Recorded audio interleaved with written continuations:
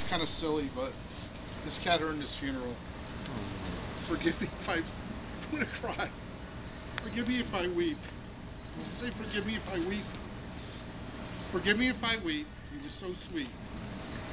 The little cat, and he scampered through the house, or curled asleep upon the window ledge, through the still alert to stir of leaf or mouse. Do you want to read the next paragraph, Spring? Sure. I can't. But now he's gone, whose soft paw often touch my cheek at the first glint of day, or with arched back skip through the room, enticing me to enter in his play. You want to take the next paragraph? Sure. O God of little cat, my earnest plea is while things are strange to you, you may scratch his ears sometimes. Let him chase celestial mice along the Milky Way. You're supposed to be laughing, Johnny. The natural life is kicking in. All right, I got The this. natural life is kicking in. Just for a little while until he finds some chosen spot upon the outer gate, when he is weary of his running, where he may curl in the sunshine there to sleep and wait. I don't know if I can make it through this one, so if I can't, somebody. James? I'll take over. No, I'm we'll the. continue doing it the same I am way. the videographer. Okay. Okay, there'll come a day just this side of heaven when we'll meet again on Rainbow Bridge Ridge. You want to take over the next sentence? You want me to Natural ice. Just this side of heaven is a place called Rainbow Bridge. Ryan? When a much-loved animal dies, it goes to Rainbow Bridge. It runs and plays with special friends in the rolling meadows and hills. There, animals are restored to health and vigor just like we remember them. They are happy and content, but still miss the people they left behind. There comes a day when a frolicking pet suddenly stops and looks into the distance.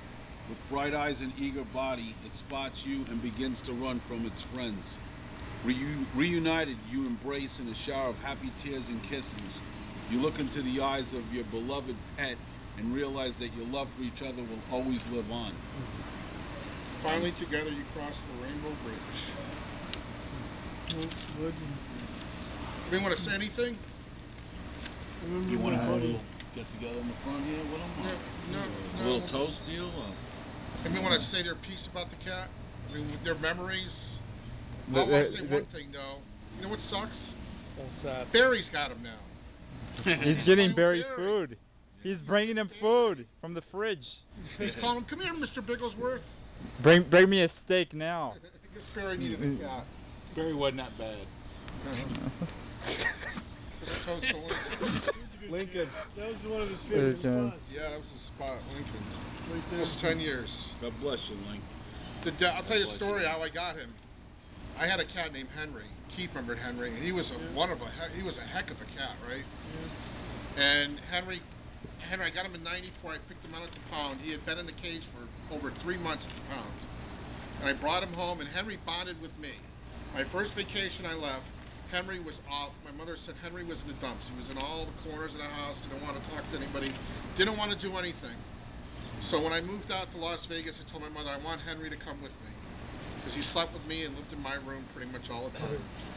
And Henry came with me, but he didn't have longevity here in this town. He lasted a year and a half. He died of urinary tract infection. And so he died, I would say he died like around August 20th or something like that. I had to put him down on a Saturday morning, somewhere around there. It was like 2 days before school, probably maybe the 25th or something like that. I think it was the 25th of August. And then I went to school the next day on a Sunday, ready for Monday morning. And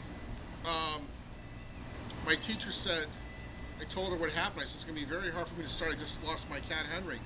And she said, well, I'm sorry about your cat, but we've got this cat at school here. He's really friendly, but nobody wants him. I said, no, I'm going to go down to the animal shelter and pick one out that I really, really like. And she said, okay. So, but you know what? I never made it down to the animal shelter. And I was going to go down this one Saturday. I said, well, tomorrow I'm going to go down. So my last few moments to school, I got caught with a teacher named Miss Harris. There were two Miss Harrises I started talking to out in the back. And lo and behold, out of the portable, here came Lincoln, walking up, just when I was ready to leave. How weird was that? Because the next day I was going to the pound to pick out a new cat.